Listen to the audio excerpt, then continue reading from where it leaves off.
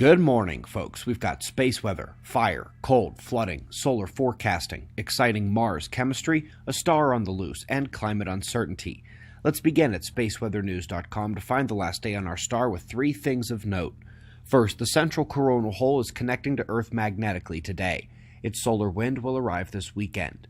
The next coronal hole is visible incoming on the north, left of the Earth scale, while a bright active region comes in to the south. That bright region is not the first active area with umbral magnetic fields we've seen the last few weeks, but it is the first one to come with any significant sunspots. Now, while the individual spots are tiny, appear to perhaps even lack penumbra, there are indeed about 10 cores in the grouping. No solar flaring yet. Solar wind is calming down, even if it's taking a winding road to get there. This calm, following an already weak stream, has the KP on the floor. Eyes on that for extended zero runs of cosmic ray concern. Earth stories begin in Australia. We have mentioned these already this week, but just wanted to show the fire return from space on the Himawari satellite. That is way too much of the eastern region ablaze at this time. The screenshot of the top search results from a look at record cold really say everything that needs to be said. Hundreds of records shattered, early snow sneaking deep into the south, and tragedy coming with it. Folks, Venice is used to water, but not this much water.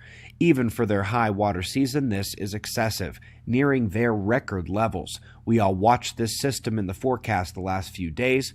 Hopefully relief for them is on the horizon next. First up on the science news is the latest among dozens of forecasts for the upcoming solar cycle. While they do span from very few spots to a super active cycle, those extremes are outliers in the forecast, with nearly all of them looking something like this one. They forecast a slightly stronger, but still very weak solar cycle, which is what we would expect from the alternating cycle strength pattern here, with grand minimum still on the table for the remainder of the century. Up next, we go out to Mars, where we read between the lines of sister articles released last night.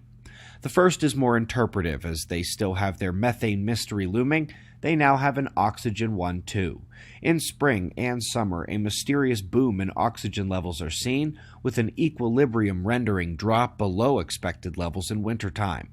My first instinct is to blame extremophile microbes in the soil, perhaps deep soil, but that's just me. And as long as they aren't too deep, which indeed they might be, the Mars 2020 mission might spot them.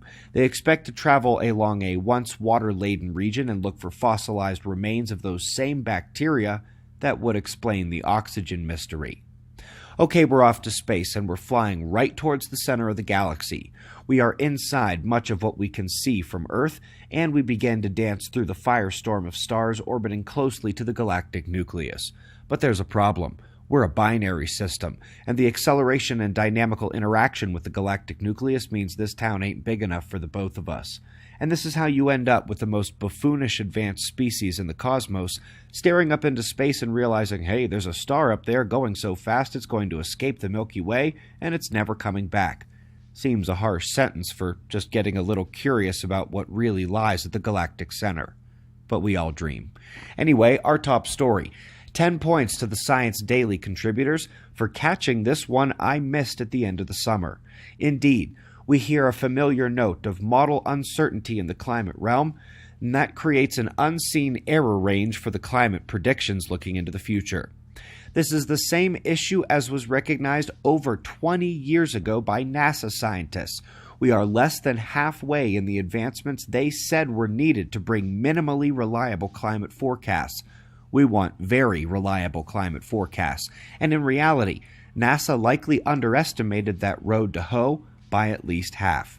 To see this bit from NASA in its place among other recent deviations from the climate conversations, check out the Top 5 Climate Shockers video, showing NASA, the UN, Harvard, Yale, and Princeton all playing their part in re-steering this titanic ship known as climate change, even if the mainstream news media hasn't picked up on it yet. Folks, we greatly appreciate your support. We've got wind map forecasts and shots of our star to close. We'll do this all again tomorrow, right here, but right now it's 5 a.m. in the new Valley of the Sun. Eyes open, no fear. Be safe, everyone.